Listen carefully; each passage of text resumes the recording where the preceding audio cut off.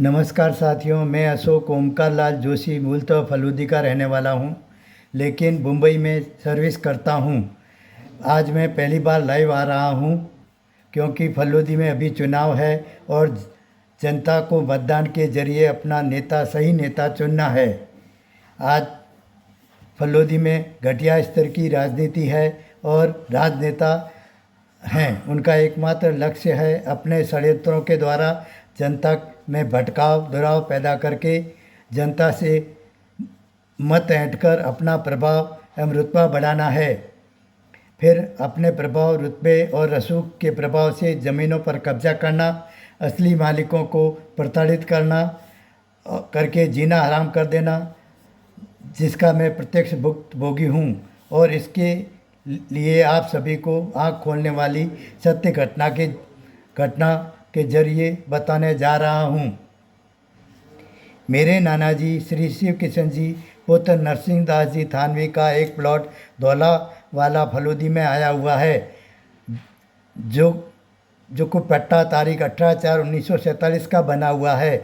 मेरे नाना जी की एकमात्र वारिस मेरी माँ ही थी। मेरे नाना जी के देहांत के बाद मेरी नानी जी ने वसीयत के जरिए उक्त प्लॉट का मुझे वारिस बना दिया था। उस समय प्लॉट पूरी तरह खाली पड़ा था।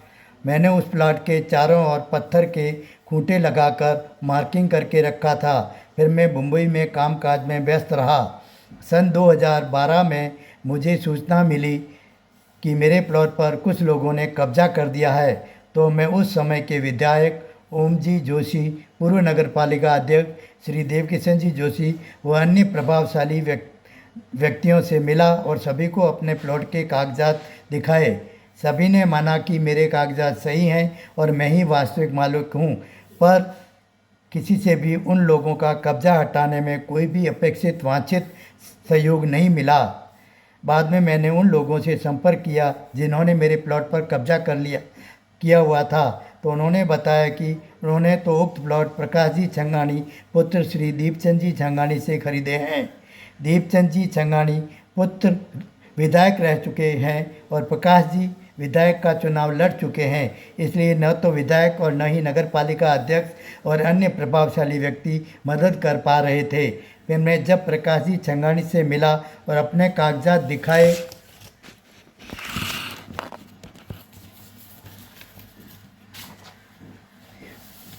और उनसे तथाकथित ज़मीन के कागजात दिखाने को कहा और उसकी कॉपी की मांग की, तो प्रकाश जी छंगानी ने कहा कि उनके कागजात जोधपुर में उनके भाई के पास पड़े हैं।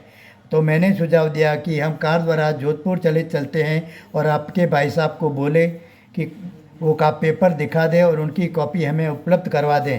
प्रकाश जी छंगानी ने कहा उनका भाई तो बहुत व्यस्त है और इन सब बातों के लिए समय नहीं है, और मुझे सुझाव दिया कि आपके प्लॉट के आगे खाली ज़मीन पड़ी है और आपकी कब्जा की हुई ज़मीन छोड़ दो और खाली पड़ी हुई ज़मीन पर कब्जा कर लो, तो उसमें कोई दिक्कत नहीं आएगी, मैं बैठा हूँ ना।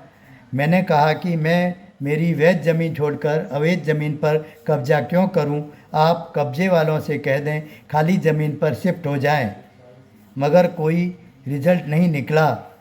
बाद में पता चला कि अपने परिवार के लोगों से एक पावर ऑफ अटॉर्नी लेकर बिना पट्टे के ही मेरे प्लॉट का अपना प्लॉट बताकर लोगों से फर्जीवाड़े में रजिस्ट्री करा ली। उस रजिस्ट्री में पट्टे की फ़ोटोकॉपी तक नहीं लगी हुई है, क्योंकि प्रकाश जी छंगानी रसूख वाले हैं, इसलिए तहसीलदार और नगर पालिका ने कभी उनकी रजिस्ट्री को रोकी नहीं और उनके फर्जीवाड़े को चलने दिया।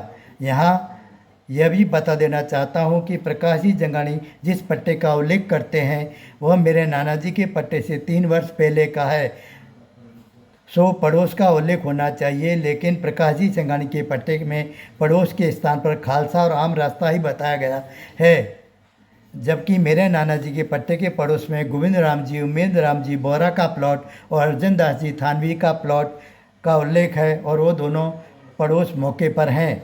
इस पूरे समय के दौरान कब्जेदारों के मार्फत मुझे धमकियां दी गई और काफ़ी लोगों ने औने पाने भाव में खरीदने के प्रस्ताव दिए उसके बाद मुझे लगा कि मेरी बाकी ज़मीन पर भी कब्जे हो जाएंगे, तो मैंने श्री हेमचंद जी गुचिया से संपर्क किया। आप अपना नाम दे दें तो आगे का कब्जे रुक सकते हैं और कोई मेरी सुनवाई करेगा। हेमचंद जी ने कहा, मैं नाम के लिए ट्रांसफ़र नहीं लूँगा, और आप चाहें तो वैध तरीके से सौदा करने को तैयार हूँ। फिर मैंने वैध तरीके से उनको प्लॉट बेच दिया। रजिस्ट्री के दौरान भी रजिस्ट्री रुकवाने की कोशिश की गई और हेम जी को भी काफ़ी लोगों ने फ़ोन करके कंफर्म किया कि आपने ये ज़मीन खरीद ली है क्या।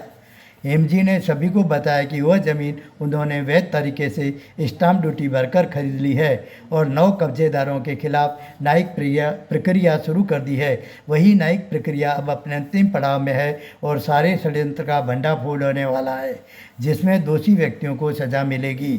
इस पूरी ज़मीन में से 9 प्लॉटों पर कब्जा है और जिसकी वर्तमान में कीमत करोड़ों रुपए में है। तो मेरी फलूदी जनता से यही कहना है, ऐसे लोगों के नेता चुनने से आप जनता का कोई भला नहीं होने वाला है, बल्कि उल्टे ऐसे भू माफिया को ताकत बढ़ेगी और फिर ये किसी गरीब की ज़मीन को हड़पने की साजिश करेंगे, किसी गरीब आदमी का जीना हराम कर देंगे और सरकारी मशीनरी अधिकारी सब इनकी ही तरफ होंगे। हम जैसे साधारण लोगों को न्याय के लिए दर दर भटकना पड़ेगा और न्याय कभी नहीं मिलेगा। जय लठिया।